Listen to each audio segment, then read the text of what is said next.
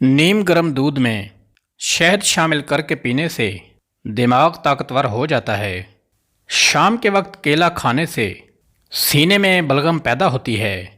अगर हाजमा ख़राब हो जाए तो कच्चा शलजम छिलके समेत खाओ, हाजमा दुरुस्त हो जाएगा। जिन बच्चों की छोटी उम्र में नज़र कमज़ोर हो जाए उनकी आंख में छोटी मक्खी का शहद डाल दिया करो, नज़र तेज़ हो जाएगी। अगर सेब दोपहर के वक्त खा लिया जाए तो वो खून में इजाफे का सबब बनता है।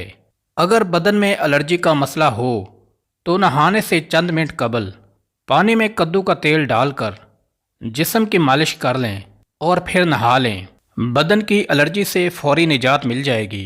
करेले का पानी रोज़ाना पीने से चेहरे के दाने और दाग धब्बे कभी नहीं होंगे। चेहरा साफ और शफाफ नजर आएगा। जिस घर में प्याज का पौधा उगा हो वहाँ पर बिच्छू नहीं आएंगे। घर में लीमू का पौधा हो तो वहाँ पर मच्छर नहीं आते। डिप्रेशन में गुलाब का फूल सूंघ लो, इससे डिप्रेशन कम हो जाएगा। नाश्ते से कबल वर्जिश कर लेने से आप कैलोरीज ज़्यादा जला सकते हैं। मछली का तेल आपकी नज़र को तेज़ करता है। गाजर का जूस पियो, इससे कैंसर की बीमारी कम होती है।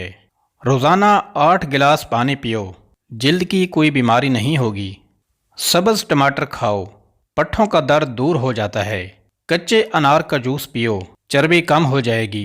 गन्ने का रस पीने से हिचकी बंद हो जाती है। बढ़ते हुए पेट के लिए सुबह के वक्त अदरक वाले पानी में लीमू निचोड़ कर पीने से बढ़ता हुआ पेट कम हो जाता है।